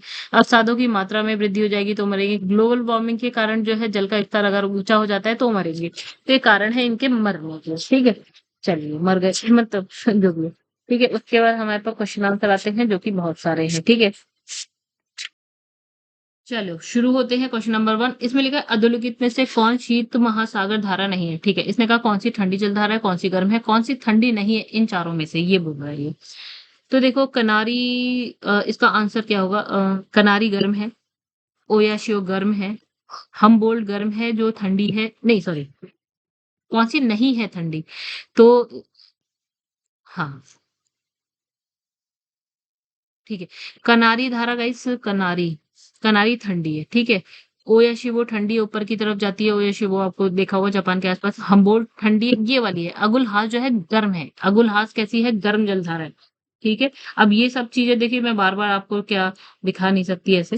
ठीक है, तो बहुत टाइम लगेगा। अगुलहास देख लेते हैं बस, बाकी आप लोग मैप में देखते रहिएगा, मैं आपको बता दूं। अगुलहास, मैप ही गायब हो गया भाई। हाँ, अब इसमें क्या दिखेगी? अगुलहास, अगुलहास कौन सी है? गर्म है। कहाँ पे थी हमारी अगुलहास? ये देखिए यहाँ, ये गर्म, ये रेड कलर की। ठीक है, तो बस इतनी सी बात, बाकी आप देख लीजिए। जैसे इसने कहा कनारी, कनारी हमने कहाँ देखी थी गाइस? ये देखिए ठंडी थी। ठीक है, बाकी मैं भूल गई क्या ऑप्शन था। जो भी, अगुलहास आपकी क्या है? गर्म है। ठीक है, चलो आगे बढ़ते हैं, बाकी आप लोग देखते रहिएगा अपना। नेक्स्ट है, निम्नलिखित में से कौन सी दक्षिण अटलांटिक महासागर की शीतल धारा है? मतलब इसने कहा दक्षिण अटलांटिक महासागर। ठीक है, तो वह इस पहली बात तो ये तो उत्तर में थी। ठीक है, फिर है दक्षिण अटलांटिक महासागर में हमें बतानी है ठंडी। ठीक है, ठंडी वाली बतानी है। तो देखिए ये बेंगुला, बेंगुला आपकी अटलांटिक महासागर में कौन सी वाली है? ठंडी वाली धारा है। ठीक है, कहाँ पे? अफ्रीका के साइड में बह रही थी ऐसे करके, जैसे ये अफ्रीका बना था यहाँ पे, तो ऐसे करके जा रही थी ऊपर की तरफ। ठीक है, यहाँ अफ्रीका के साइड में आप देखेंगे। सागरीय जल की लवणता में किसका अधिकतम योगदान होता है? तो सबसे ज्यादा क्या होता है? तो सबसे ज्यादा गाइस यहाँ पे क्या होता है हमारे पास? सोडियम क्लोराइड होता है। ये हम पढ़ चुके हैं किसी वीडियो में, देख लीजिएगा। लवणता की सर्वाधिक सर्वाधिक मात्रा पाई जाती है बाल्टिक सागर में, यहाँ। तो सबसे ज्यादा कहाँ पाई जाती है? हमने कहाँ पढ़ा था? मृत सागर में पढ़ा था। जो काम कहाँ मिलेगा आपको गाइस? ये आपको मिलेगा एशिया में। देखिएगा आप वेस्ट, नॉर्थ वेस्ट साइड पे देखिएगा, इसराइल साइड के ऊपर जो पड़ता है उसके तरफ। ठीक है, वहां देखने को मिलेगा। ठीक है, अब हम थोड़ा सा और आगे बढ़ते हैं, और इसके बाद है क्वेश्चन नंबर 5, जो कि है निम्नलिखित में से कौन सा सागर महासागरीय मरुभूमि के रूप में संबोधित किया जाता है? कौन सा सागर है महासागरीय मरुभूमि? तो अभी हमने कौन सा देखा था? सारगैसो, सारगैसो सागर देखा था। कौन सा देखा था? सारगैसो। फिर है अगुलहास, अगुलहास धारा चलती है, कहाँ चलती है भाई? अभी हमने देखा कहाँ चल रही थी वो, हिंद महासागर में चल रही थी, अफ्रीका के पड़ोस में चल रही थी। ठीक है, फिर आ जाते हैं नेक्स्ट क्वेश्चन, क्वेश्चन नंबर 7, विश्व में सबसे अधिक अधिक लवणीय सागर या झील कौन सी है? तो यह कैस्पियन सागर सागर है, ये है, वो है, क्या है? सेवेंथ वाले का आंसर हमारे पास है। इन सब में है लेक झील, लेक वॉन झील, वॉन लेक वॉन झील कहाँ पे है? ये हम पढ़ चुके हैं, आप एक बार वीडियो सारी देखिए तब आपको पता चलेगा। अब इसने कहा कहाँ है guys? इटली के पास। अब इसने लिखा है जो महासागरीय धारा शेष तीन में से भिन्न है, वह है बेंगुला, दक्षिण भूमध्य रेखीय, ठीक है, ब्राजीलियन और पेरिवियन। ठीक है, तो इन सब में से कौन अलग है, कौन भिन्न है? तो गाइस जो पेरुवियन है, पेरोवियन, ठीक है, इसकी अगर हम बात करें तो ये हो गई आपकी ठंडी वाली, ये साउथ से ऐसे चलती है। ब्राजीलियन ऐसे चलती है, दक्षिण भूमध्य रेखीय गर्म है, बेंगुला गर्म। अब इसे महासागरीय महासागरों में जल धाराओं के बहने का कारण क्या है? जल धाराएं बहती क्यों है महासागर में? तो सबसे इसने कहा कि वायुदाब, हाँ, अलग अलग वायुदाब होता है, इस वजह से हवाएं चलती हैं, इस वजह से भी धाराएं बहती हैं। और पृथ्वी का परिभ्रमण यानी कि घूर्णन अपने अक्ष पे घूमती है, इसलिए भी गुरुत्वाकर्षण की वजह से भी भूमध्य रेखीय और ध्रुवीय प्रदेशों के तापमान में अलग अलग मतलब तापमान में अंतर होता है, इस वजह से भी बहती है, मतलब सारी वजह से। हमारे जलमंडल का सबसे बड़ा भाग कौन सा है? अटलांटिक, हिंद, ये वो ये, तो आंसर है आपका प्रशांत महासागर, सबसे बड़ा है ये, मतलब सबसे ज्यादा पानी आपको यही देखने को मिलेगा। चलिए आगे बढ़ते हैं हम लोग। और इसमें लिखा है 90 ईस्ट रिज। 90 ईस्ट रिज कहाँ पर अवस्थित है? तो भाई इसका आंसर हमारे पास है हिंद महासागर में। निम्नलिखित कथनों पर विचार करते हैं, चलो। तो इसने कहा कि पृथ्वी पर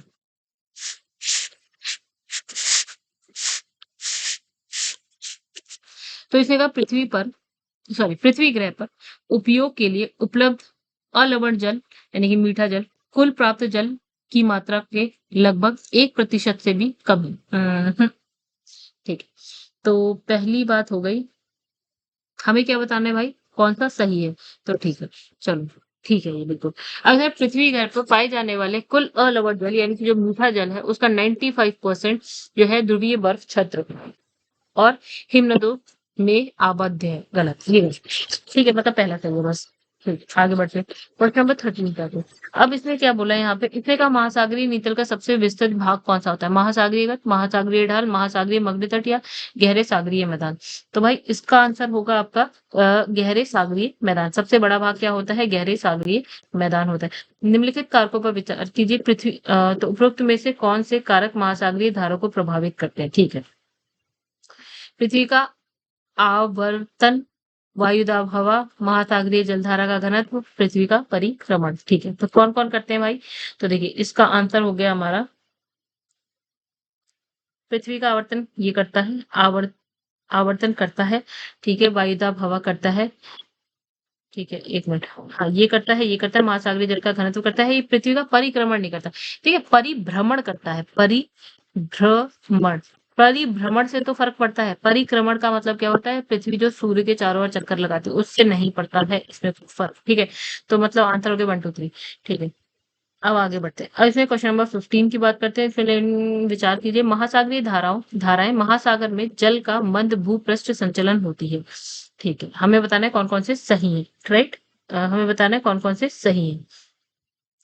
तो भाई ये पहली बात सही है। महासागरीय धाराएं पृथ्वी का ताप संतुलन बनाए रखने में बिल्कुल सहायक होती है। महासागरीय धाराएं मुख्यतः सनातन पवनों द्वारा चलायमान होते हैं, बिल्कुल सही है। महासागरीय धाराएं महासागरीय संरूपण द्वारा प्रभावित होती है, बिल्कुल सही। मतलब चारों बातें सही, इसका मतलब डी है आंसर आपका।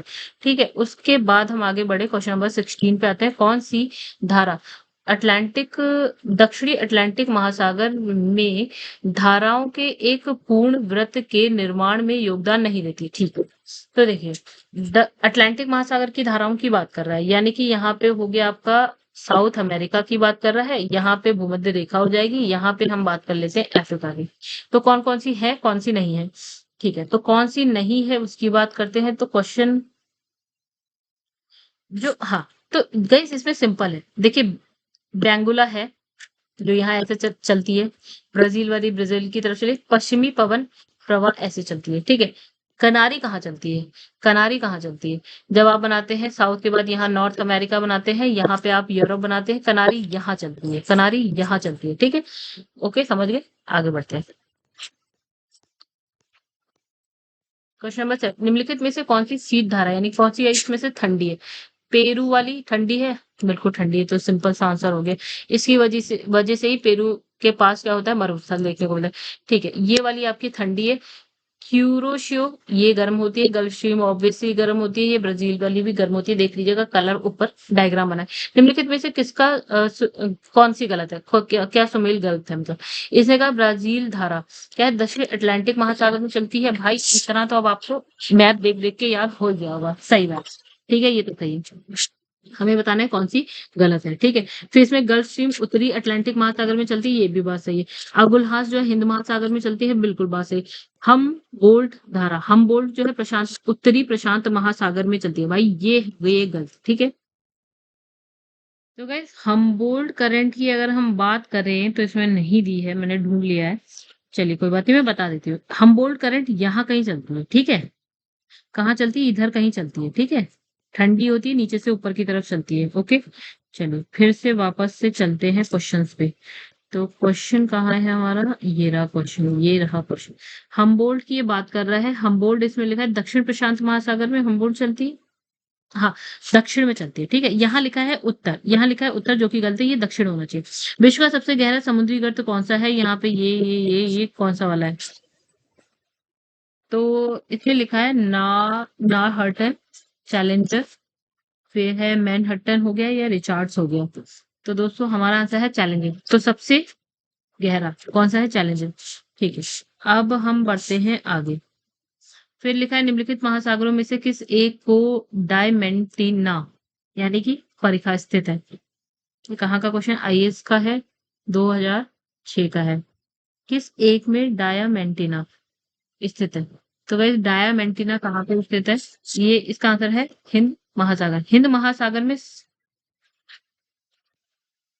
तो इसने कहा हिंद महासागर में सागर धाराओं की नियमित दिशा में परिवर्तन के लिए निम्नलिखित कारकों में से कौन सा एक उत्तरदायी है? दिशा में परिवर्तन के लिए कौन सा एक उत्तरदायी है? इसने कहा जो धाराएं बह रही हैं उसकी दिशा में परिवर्तन होता है, उसके लिए उत्तरदायी कौन है? तो देखिए कब कब दिशा परिवर्तित हो रही है। देखिए गाइस, हमने आपको बताया था हिंद महासागर की कहानी। तो ये चलती है आपकी व्यापारिक भवनें, जैसे इक्वेटर को पार करती हैं और ये जो है अपनी डायरेक्शन को बदल लेती है, दिशा को परिवर्तित करें। ये सब कब होता है? मानसून के टाइम में होता है। यानी हिंद महासागर में मानसूनी प्रवाह पाया जाता है, इस वजह से जो है धाराएं अपनी दिशा को बदल रही हैं। ठीक है, देखिए बी आंसर है। चलिए, ये हो गई कहानी खत्म। अब गाइस, अगर आप लोग को वीडियो अच्छी लगी हो, वीडियो को लाइक जरूर करिएगा। चैनल को अभी तक सब्सक्राइब नहीं किया है तो कर लीजिएगा और शेयर करिएगा अपने दोस्तों में। घटना चक्र की वीडियोस देखनी है तो चैनल की प्लेलिस्ट में जाइए, इसकी भी दृष्टि की भी देखनी है तो प्लेलिस्ट में जाइए। नेक्स्ट जो हम पढ़ेंगे वो है चैप्टर नंबर 39 जो कि है जलवायु एवं जलवायु प्रदूषण। अब एक और किसी बात, तो हम बात करने जा रहे हैं जलवायु जलवायु प्रदेश की। यहाँ पे आ जाते हैं, लिखते हैं 6। तो जब हमने यहाँ लिखा 6 तब हमारे पास आता है सिलेबस। अभी जो हम पहुंच चुके हैं चैप्टर, देखिएगा इस, तो जलवायु जलवायु प्रदेश हो गया, चैप्टर नंबर 39 है जो कि सबसे लास्ट चैप्टर हो जाएगा। उसके बाद हम महाद्वीपों की बात करेंगे, Asia, north America, south America, ये वो यूरोप यूरोप, इन सब की हम बात करेंगे और ये बुक हो जाएगी हमारी खत्म। तो गाइस, अगर आपको मेरा पढ़ाया हुआ अच्छा लगता है तो प्लीज वीडियो को लाइक करिएगा, चैनल को सब्सक्राइब करिएगा और जो भी है शेयर वेयर कर लीजिएगा। चलिए फिलहाल के लिए अभी इतना ही करते हैं। मिलेंगे आपसे नेक्स्ट वीडियो में अगले अगले नेक्स्ट चैप्टर के साथ जो है जलवायु जलवायु प्रदेश। तब तक के लिए धन्यवाद।